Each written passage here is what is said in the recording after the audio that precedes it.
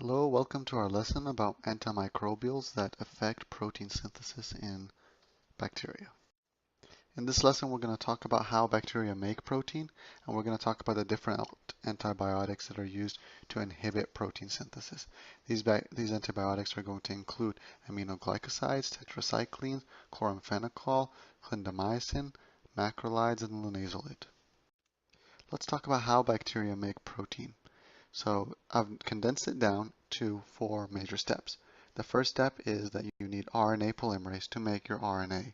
Over here we've already got RNA made, so this step is not shown in the diagram. And we have drugs to inhibit it like rifampin. Okay? Next step is going to be initiation. Initiation just means that we have ribosomes start attaching, and usually the 30S ribosome, the 30S, attaches first, usually followed by the tRNA holding methionine, followed by the 50S. This is also known as initiation. And we've got antibiotics such as aminoglycosides and linezolid that inhibit 30S and 50S respectively. Then we've also got tRNAs binding to messenger RNA and that are held by the 30S. This is going to be inhibited by the tetracyclines, which binds onto the 30S. If you can just prevent 30S bind onto the 30S, you'll prevent this tRNA from coming in. Finally, we have peptide bond formation and translocation. So oftentimes, these ribosomes are going to hold the amino acids next to each other long enough for them to develop a peptide bond next to each other. And after this peptide bond forms, this one can then exit the exit site. And we've got a couple of different drugs that either prevent the peptide bond from forming or from the transition. Chloramphenicol, macrolide, and clindamycin can all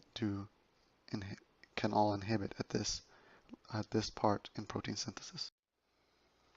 Now there are just too many drugs for you to memorize. How are you going to memorize all of them? The best way that I've found to memorize it is buy at 30 and sell at 50. And that kind of compartmentalizes them into what part of the ribosome they inhibit. This helps me remember that aminoglycosides, or A and T, and tetracyclines, being T, they work at the 30S. And CCEL stands for chloramphenicol, clindamycin, erythromycin. That just represents the whole group of macrolides, and linezolid, and they all work on the 50S. So for the most part, you just need to focus on learning the mechanism and the adverse effects of each class. You don't really need to know the exact details of what exact point in time of the protein synthesis, but you do just need to know what part of it it's affecting. Our first antibiotics in this protein synthesis inhibition is going to be the aminoglycosides. They're called aminoglycosides because they have a lot of amine groups and they have a lot of sugars inside of them. The famous ones are going to be gentamicin, neomycin, tobramycin, and amikacin. Now, a lot of them don't rely on the mycin at the end of their name to remember that they're aminoglycosides, because that just means that they come from the bacteria Streptomyces, and a lot of antibiotics actually come from there. So just because they end in mycin does not mean necessarily that they're aminoglycosides. Just try to memorize each of them separately. So the mechanism really is that they need oxygen-dependent active transport into aerobic bacteria, of course, because it's oxygen-dependent. So they really only work on aerobic bacteria. After they get in, they're going to bind onto the 30S subunit. As you can see over here, they're binding onto the 30S subunit, and this prevents the initiation complex. You pretty much prevent the messenger RNA from binding on. And this also causes a lot of problems. So if it doesn't prevent it and it still goes forward, it can also then cause a lot of misreading of protein because it doesn't really hold on very tightly. And so you can get a lot of mistakes. And this misreading of protein can actually cause bactericidal stuff just because the amount of improperly made protein just kills the bacteria. Resistance, of course, is going to be transferase or a kinase, and that's just going to be an enzyme that just adds an acyl group or a phosphate group to this, and it pretty much makes it incompatible. It no longer fits in the 30S subunit. and it can no longer inhibit it. The two major adverse effects that you need to know about aminoglycosides is going to be nephrotoxicity and ototoxicity. I remember that as there are loops in your kidney, like the loop of Henry, and there are loops in your ears, like the semicircular canal. And they kind of work through the mechanism of inhibiting mitochondria. Mitochondria are very similar to aerobic bacteria. They have very similar structure. So it would be natural for us to expect that these aminoglycosides that inhibit aerobic bacteria can also inhibit mitochondrial function. And that can be really bad for metabolically active areas such as your nephrons inside of your kidney and your ears. Now, neuromuscularly, it can cause a neuromuscular block sometimes, and it can be teratogenic in terms of it can damage the baby's kidneys. There are some specific ones that you might want to pay attention to. Streptomycin is a very old one. We no longer really use it except for treating TB, and even then, it's really rare because so many TB strains are resistant to streptomycin now. Neomycin, it has very, very poor absorption. It has a very bad bioavailability. So it's only really useful for bowel surgery. So if you wanted to treat certain stuff that is in the GI without affecting the entire body, such as the kidneys, you want to use neomycin. Amikacin is going to be the one that is fat soluble.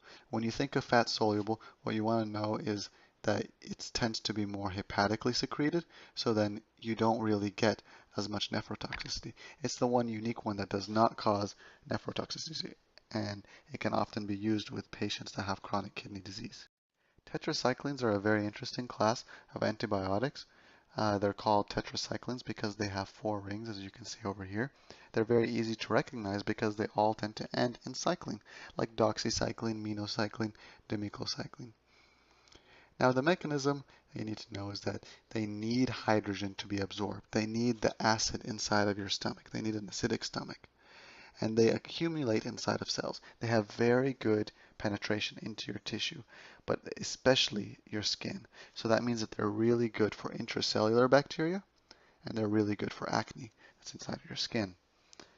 And the only really way that bacteria can develop resistance is by pumping it out of them. And it does work by binding onto 30S, very similar to aminoglycosides, and they work in the way that prevents transfer RNA attachment. Think of aminoglycosides preventing initiation, preventing messenger RNA from really gripping on there. This prevents tRNAs from gripping on there. As you can see, there's going to be a tetracycline right over here that prevents these tRNAs from coming in.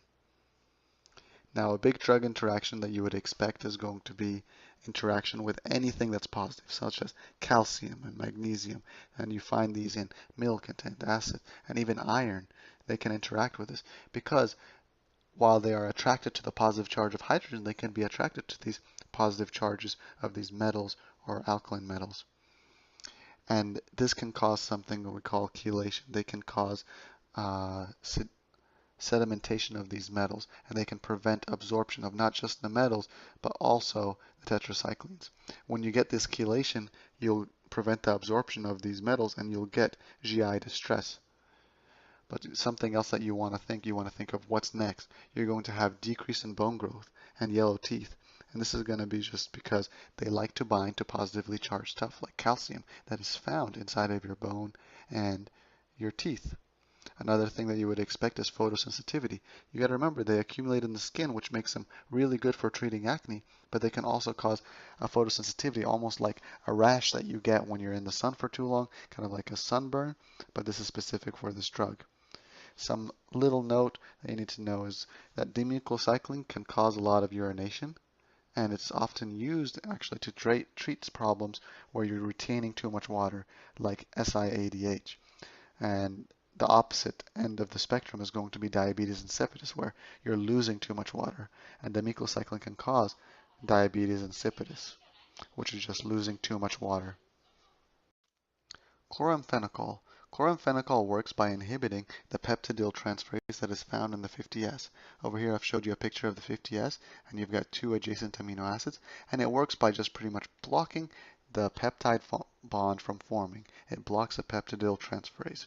So you can't make peptide bonds, you can't make proteins. This is very rarely used in America due to its dangerous adverse effects, but it is seen in developing countries just because it's cheap.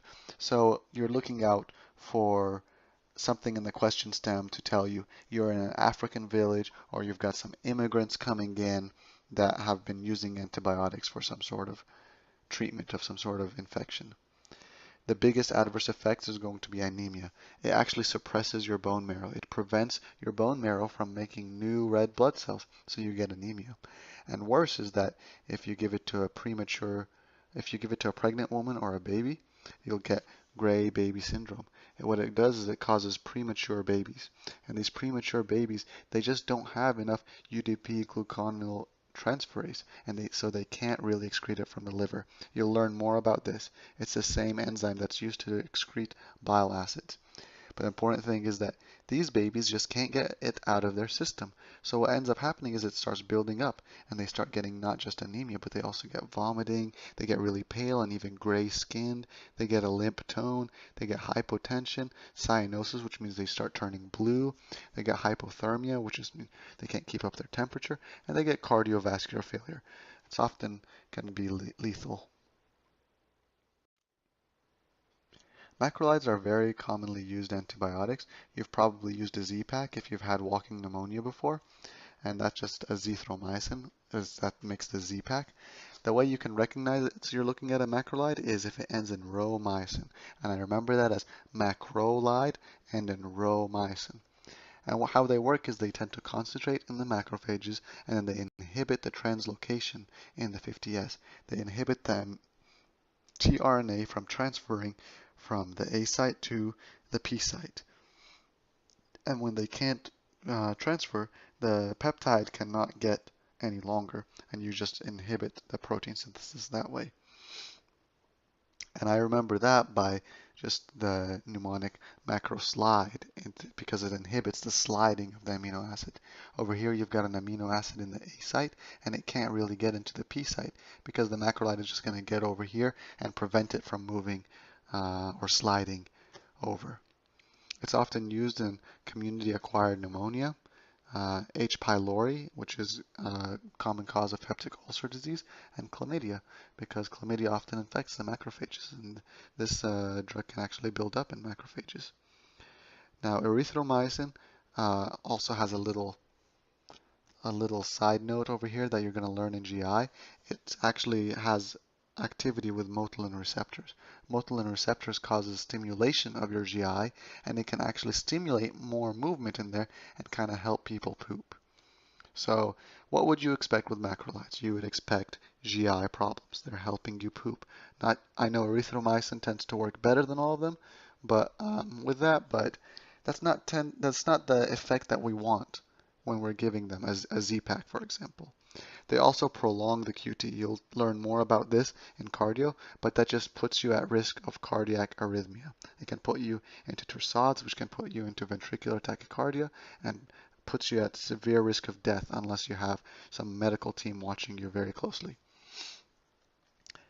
Now, it can also cause acute cholestatic hepatitis. This is the more rare symptoms, and it doesn't tend to come up as often, but what you need to know is that it can kind of inhibit your gallbladder from moving, so bile can start building up, and it can build up in your blood, and it can also build up in your skin, and what this causes is it causes your skin to get yellow, and it causes it to get really itchy from all of the buildup of the bile acid. Another thing, finally, for drug interactions is that it inhibits P450. So if you get an inhibit P450, you want to avoid it with warfarin or theophylline, because P450 is important for breaking down warfarin and theophylline. If you can't break down warfarin, you're going to bleed too much. And if you can't break down theophylline, you may have a seizure. So that's why it's really important for you to know these drug interactions. I've showed you a normal EKG here and a long QT. You're going to learn much more about this in cardiology, but you can see over here, this QT interval is a lot longer than this QT interval, and that puts you at risk for arrhythmia. Let's talk about clindamycin. Clindamycin works on the 50S ribosome, and it prevents the translocation. The real difference between it and macrolides is that clindamycin doesn't just build up in macrophages or whatnot. It actually penetrates your entire body. It has very, very good tissue penetration. Stereotypically, what we use clindamycin for is anaerobic infections above the diaphragm. So what you got to think of when we're targeting anaerobic infections, and this has very good penetration, is that it'll go and it'll also kill the anaerobes inside of your GI system. And those are the good anaerobes. And then you can get a C. difficile buildup inside of your GI, and that can put you at risk for, as you can see over here, pseudomembranous colitis. You'll learn more about this in GI. But whenever you have a broad spectrum antibiotic, such as clindamycin, that even targets anaerobes, you want to look out for pseudomembranous colitis, or C. diff, that takes over your GI and causes a lot of inflammation. It can also cause diarrhea, and not just from the C. diff, but from the clindamycin itself. So the way I think of it is clindamycin cleans your gut. Clindamycin cleans your gut, or clindamycin for clean air in your lungs. It works on anaerobes above the diaphragm or in your lungs, like an abscess is what I would think of. The final drug that we're going to talk about is going to be linezolid. When you're looking at a linezolid, you want to look for the zolid in the name so that you know the class, and you know that it works by binding onto the 50S, and it works very similar to aminoglycosides in that it inhibits the initiation complex, but just kind of from the other side. While aminoglycosides might target the 30S, the linezolid will bind onto the 50S, and it'll prevent it pretty much from forming this initiation complex, and it'll prevent the protein from even being made to begin with. Something you need to know about linezolid: it is very strong and it is very dangerous. We try to keep it to the very end. We don't want to use it too often. And it is just used for very powerful gram-positive bacteria like MRSA and VRE, being methicillin-resistant Staph aureus and vancomycin-resistant Enterococcus. These are the super bugs, if you will, that we are really afraid of when it comes to hospitals. Some adverse effects that you need to be aware of is bone marrow suppression, more specifically thrombocytopenia, which just means that your body stops making platelets, and that puts you at risk of bleeding out at any point. Another one that is unique to linezolid is the serotonin syndrome. You'll learn more about serotonin syndrome in GI and in psychiatry, but serotonin syndrome is just what happens when you have a malinhibition. A mal is something that is used to break down serotonin. And when you have the prevention of breaking down of serotonin, it can build up, especially if the patient is also on antidepressants. So you don't want to give linezolid if the patient has a history of depression or if the patient is currently on antidepressants, because you don't want them to mix. And when the serotonin builds up, what you're going to have is some nonspecific stuff like fever, confusion, agitation, but you also get hyperreflexia, diarrhea, and flushing. It's a very, very serious situation, so you don't really want this adverse effect to ever come. Now, this is a lot of information, but we want to learn how are we going to use it. I would say, again, focus on mechanism, because if you know the mechanism, a lot of the time the test just wants to see if you've studied not just the antibiotic, but also the protein synthesis pathway. If you know the mechanism and you know how it works, on the protein synthesis pathway, you are proving to the test makers that you know it from both sides. Adverse effects are also pretty unique in this class of antibiotics, so it's a really easy way to get points. If you just see yellow teeth, you want to think of doxycycline or aminocycline or the tetracycline class in general. If you see a gray baby that just doesn't have any energy and looks anemic, you want to think of chloramphenicol. If you want to see pseudomembranous colitis, you want to think of clindamycin, because it kills all the good anaerobes in your GI just as much as it kills the bad anaerobes that are causing an abscess in your lungs. And of course, if you see serotonin syndrome, as we've discussed, you want to think of linezolid. All right, goodbye and good luck.